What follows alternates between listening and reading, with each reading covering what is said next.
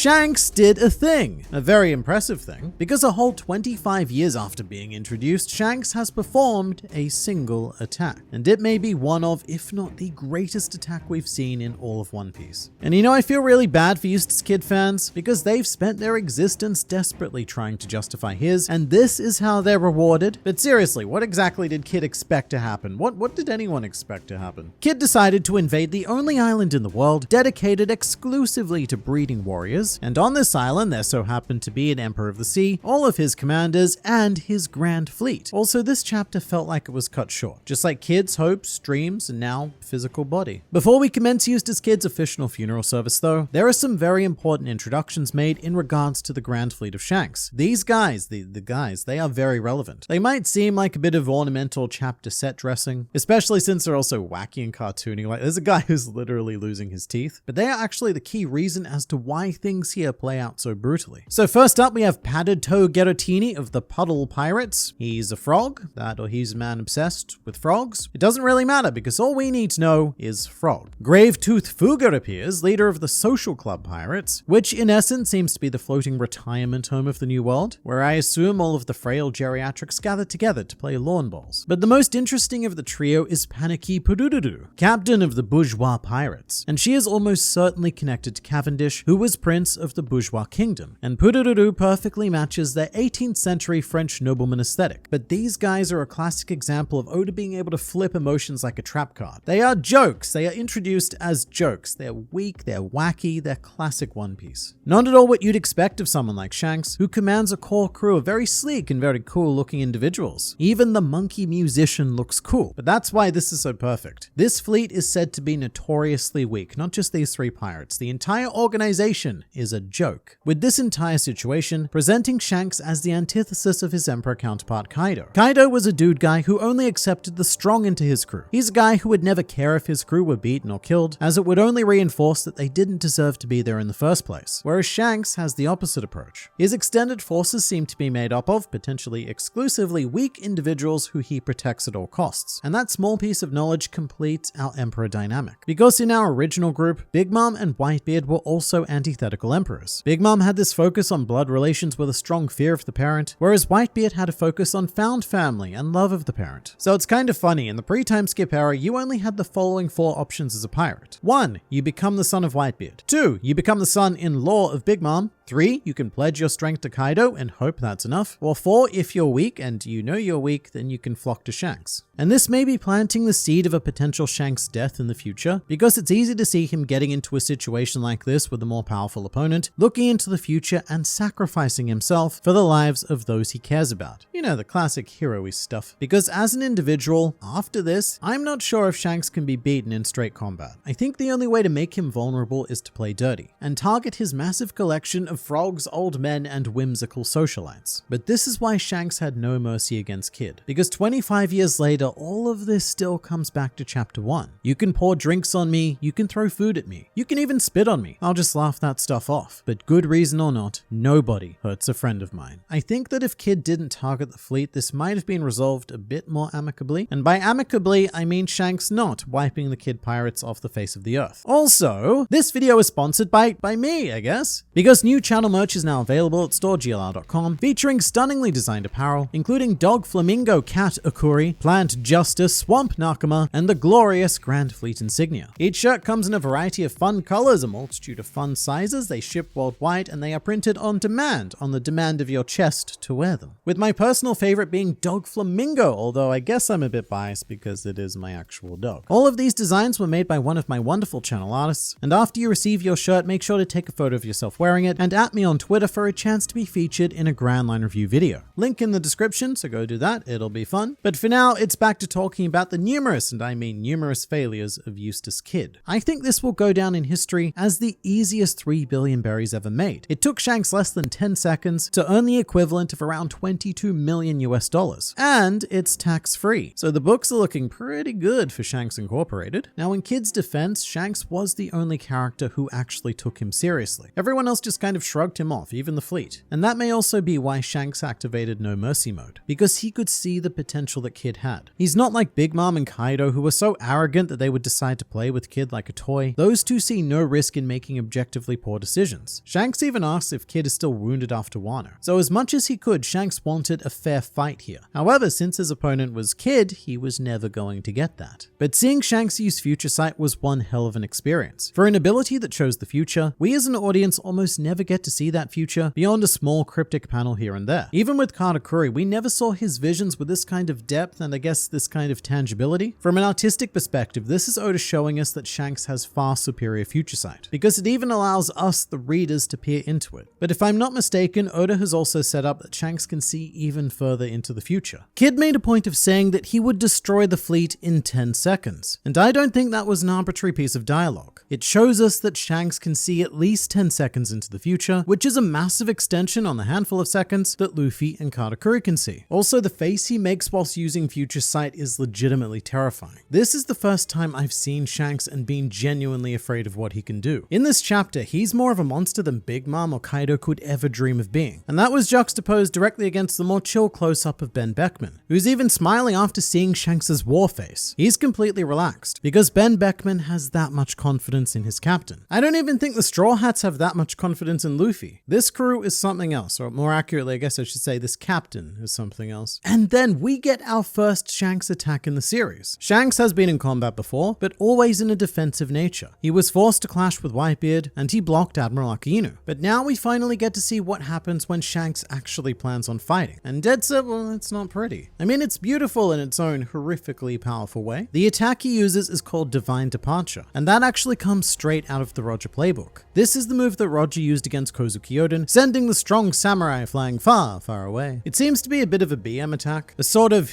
well, you're not ready to fight me, so please depart. It's almost like swatting a fly, the whole whoosh. And in a way, it reminds me a lot of what happened to Luffy in Act 1 of Wano. Luffy leapt into a fight deep in enemy territory. No plan, no sanity, just confidence. Lots and lots of unearned confidence. And he was obliterated in one move. But something equally as epic was Dory and Broggy delivering the finishing blow. Because their words were basically the giant equivalent of, well, F around and find out. They used Hakoku Sovereignty, which is a legendary attack in the series. We saw them use it on the Island Eater back during Little Garden, but Big Mom and Kaido also used their own incarnation of this during the raid. Their version was called Hakai Sovereignty, and it remains the strongest single attack ever performed in One Piece. All of which is to say, when this attack gets used, there is no hope. This is the pinnacle of "you're screwed," which resulted in the destruction of the Victoria Punk, which is actually quite sad, because the story behind this ship is that it was named after Kid and Killer's deceased childhood friend, Victoria S. Dorionaika, the S standing for Shiraton, and the English translation being Victoria Broth Splatterina. Funny name, very funny name, but sad story, very sad story. And I think this is the biggest indicator that the Kid pirates, they're done. The destruction of this ship was symbolic of the destruction of their hopes and wills and dreams and all the things that is that One Piece is about. They don't have them anymore. And it reminds me a lot of when the Moby Dick was destroyed during Marineford. That was the moment, right then and there. That is when we knew that the Whitebeard pirates were over. So I think that Kid is out of the Pirate King race. He has no ship, no poneglyphs, and no hope. Although I doubt he's dead, since I don't think the Red Hair Pirates are just gonna let him drown, but he's well and truly out of contention for Pirate King. And he deserves it. Kid is a moron. However, I do feel really bad for Killer. This whole time he was all like, bruh,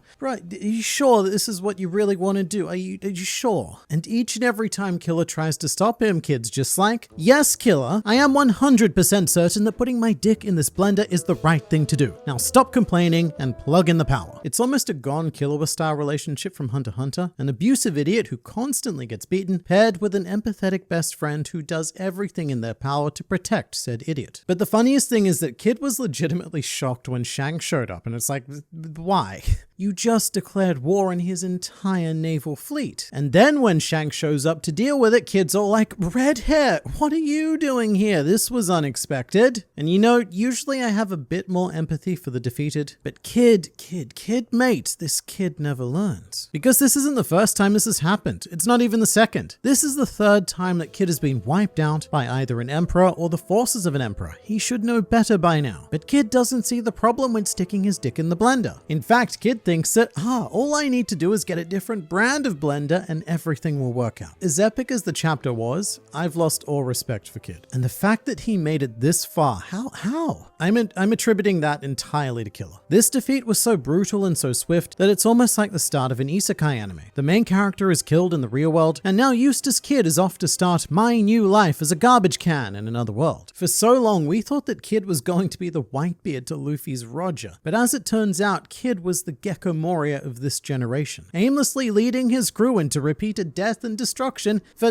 for no discernible reason. And this makes me fear quite a bit for Law as well. I wouldn't be surprised if we get a chapter soon with a similar ending to his conflict against Blackbeard. Some sort of ominous narrator quote saying that the Heart Pirates have been annihilated and another 3 billion berry man has fallen. Although come to think of it, Kid was doomed no matter what. In fact, running into Shanks was his best case scenario because he could have chosen just not to engage. But the other options were he runs into Blackbeard, or he goes to Egghead Island and gets caught in the middle of Kizaru in like 100 marine ships. So after leaving Wano, his fate was sealed. Wait, no, it wasn't. All he needed to do was not be an idiot, and he probably would have been fine. Speaking of Mr. Blackbeard though, Shanks mentioned something very interesting, as he expected Teach to show up at Wano, assumedly to take advantage of Kaido's defeat and secure some sort of poneglyph or maybe even an ancient weapon, but he didn't. And I guess that's why Shanks was there, to thwart a potential attack on the island from Blackbeard. But because Blackbeard didn't show up, Shanks went, well, what do I do now? I guess I'll promote Film Red. That's what I'll do. But he was originally there for the attack. And it's yet another Shanks-Blackbeard connection thread. Blackbeard is always on Shanks's mind. It's one of those you need to get yourself a partner who thinks about you as much as Shanks thinks about Blackbeard. But with all of this Kid shenaniganry, it's easy to overlook by far the most interesting part of the chapter, which is that a Blackbeard pirate vessel has been spotted by us, the readers, no one else, but spotted just outside of Egghead Island, managing to arrive before the Marines, which is quite fascinating timing. And this may be York's contingency plan. The world government, as they often do, have altered the deal and betrayed her. However, if there's anyone in this world willing to take in the psychotic personification of greed, it's Blackbeard. And once offered a slice of delicious cherry pie, I'm sure that York will have no complaints. But this is huge! The presence of the Blackbeard pirates may very well be the element that leads into the shocking event of Egghead Island in the next day, and we are going to be diving into that discussion in the next video.